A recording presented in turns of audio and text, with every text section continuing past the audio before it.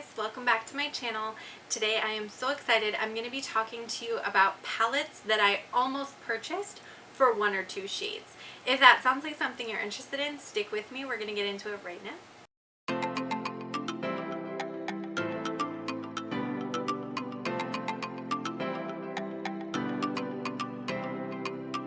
So I have been on this quest, okay? The quest for a vivid, bright, cool toned blue purple palette. And every time companies release palettes recently, they are teasing with just one or two shades that would work into this ultimate fantasy palette in my mind.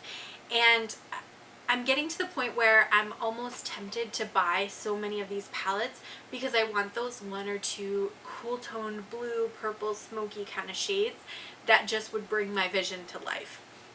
So with that said, I'm going to show you some of those palettes and talk to you a little bit about them today, and you're going to see what's been on my mind. So the first one that came to mind whenever I was thinking about this concept was the Huda Beauty Mercury Retrograde palette. And really the shades that caught my eye were the two top center shades. It's sort of like a lilac-y shade and then like a purpley smoky kind of color. It's Ultraviolet and Nebula. And that palette is $67, so I definitely don't need to be buying a palette for just those two shades, but it has been on my wish list for so long, and really the rest of those shades are sort of pinky brown neutrals, and I have them a million times over. So do I need that palette? No. But do I want it for those two shades? Yes. The next one is the Natasha Denona Sunrise palette. I really like the shade Aster in that one. It's sort of a smoky blue purple kind of shade, and it really calls to me. The rest of the palette, again, redundant shades in my collection, don't need it. In the Natasha Denona Love palette, I really liked Dream and Blind. Blind is a bit more of like a silvery kind of toned color, but I think it would go so nicely with the purple blue kind of vibe. Dream is a little bit warmer than what I would necessarily go for if I was designing my own perfect palette, but again, it's just like one or two shades that's calling my name out of a palette, and I keep having to talk myself out of it for just that reason. In her same collection, the Lila, like the large Lila palette, the purple in the second column, every time I look at this palette, my eye is immediately drawn to that. It's like I don't even see the rest of the palette. I just want that one color. I did get the mini Lila, and it was pretty disappointing. Like, I've tried to talk myself into liking it so many times, but it's not my favorite. The next one is the ABH Carly Bible palette, and the colors OA and Jode are the ones that I am drawn to the most. They're sort of like slate denim-y blue kind of colors. I think they would complement this pretend palette in my mind so well. Is the Tarte Pro Remix Amazonian Clay Eyeshadow Palette. That is a mouthful. And I actually do have this palette. I didn't purchase it, but it came in a boxy luxe, I believe, that I had before I canceled that subscription. So the colors that I'm so drawn to are Ink and Graphic. Ink is like a shimmery black, and then Graphic is like a shimmery smoky purple color. I know you're sensing a theme already. The next one is a Pat McGrath Blitz Astral Quad, and I'm really drawn to the purple and the teal in this little quad, but I don't need a quad of eyeshadows for $65. Like, that's bonkers. But the purple in that palette really like speaks to my soul, so it really does draw me in. The next one is the Morphe James Charles Artistry Rainbow Wet n Wild palette, and really there's about 4 shades in the bottom row that are kind of like blue purpley shades that really speak to me. I think they're really pretty, but again, not supporting James Charles. His sister nonsense is not for me.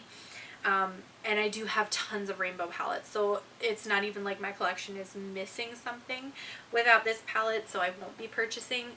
But again, these 4 would fit perfect in my little fantasy palette. The next one is the BH Cosmetics Romantic Nomad palette, and there's a couple like lilac-y shades, one on the top row, one in the second row, that really just have this kind of like soft smoky lavender kind of look to them, and I think they would be beautiful as like a crease shade and then like a lid shade. I think those two would look really beautiful.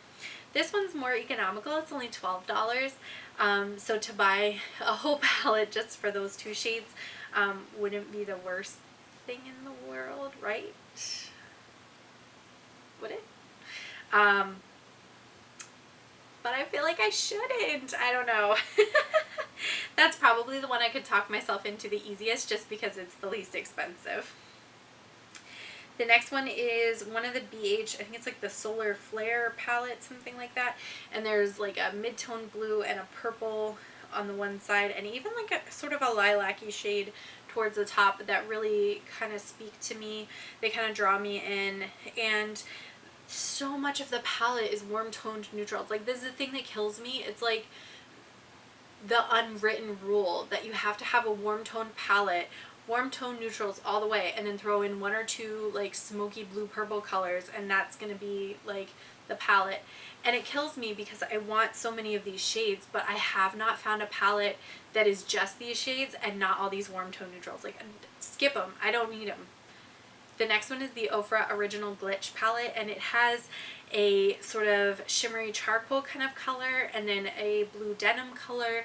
I really like the looks of both of those. I can just imagine how smooth and buttery and shiny those would look on the eyes because of the Ofra highlighter quality. I think these would be very similar. Perhaps that's just because of the way that they're pressed. It gives me that vibe, but these look so pretty, and I think they would be absolutely beautiful. The purple in this palette also is like that deep, dark, smoky, jewel-toned purple that I think would just round out a look so well. It would be a great outer crease color. I'm here for all of this. Again, this one's $29. It also it also comes in a set that has like an eyeliner and a mascara and like a face palette and a lip gloss or something, and it's like 80 bucks, and I keep almost talking myself into getting the whole set because I'm like, well, you really like the palette, you might as well just get the whole thing. Love me some bundles, that's all I can say. Alright, so the next one is the Milani, I think it's the Gilded Desires palette, Gilded something palette, and there's a shade called Wait What and Avec Moi, and those 2 shades, again, those nice smoky cool tone purpley blue shades, they really speak to me. I'm just feeling this vibe. The next one is the Makeup Revolution. It was part of their glass collection that came out, and there's a sort of blurple kind of color in the top center, and then there's a soft like periwinkle blue in the top right hand side of the palette. Those 2 definitely speak to me the most.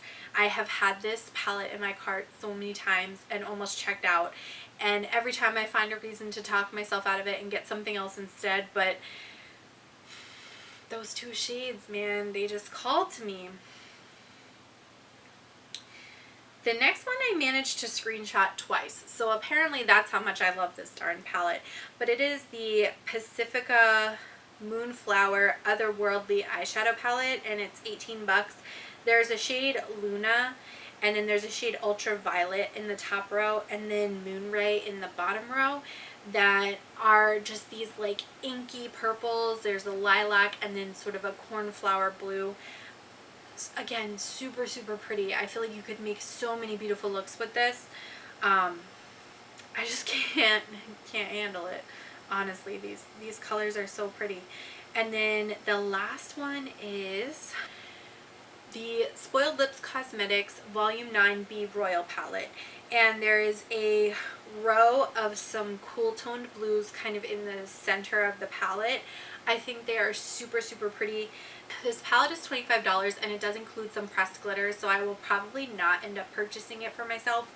I would certainly love to try that middle shade. And I did see Bean do a video making some looks with that palette, and I thought she did an absolutely wonderful job as always.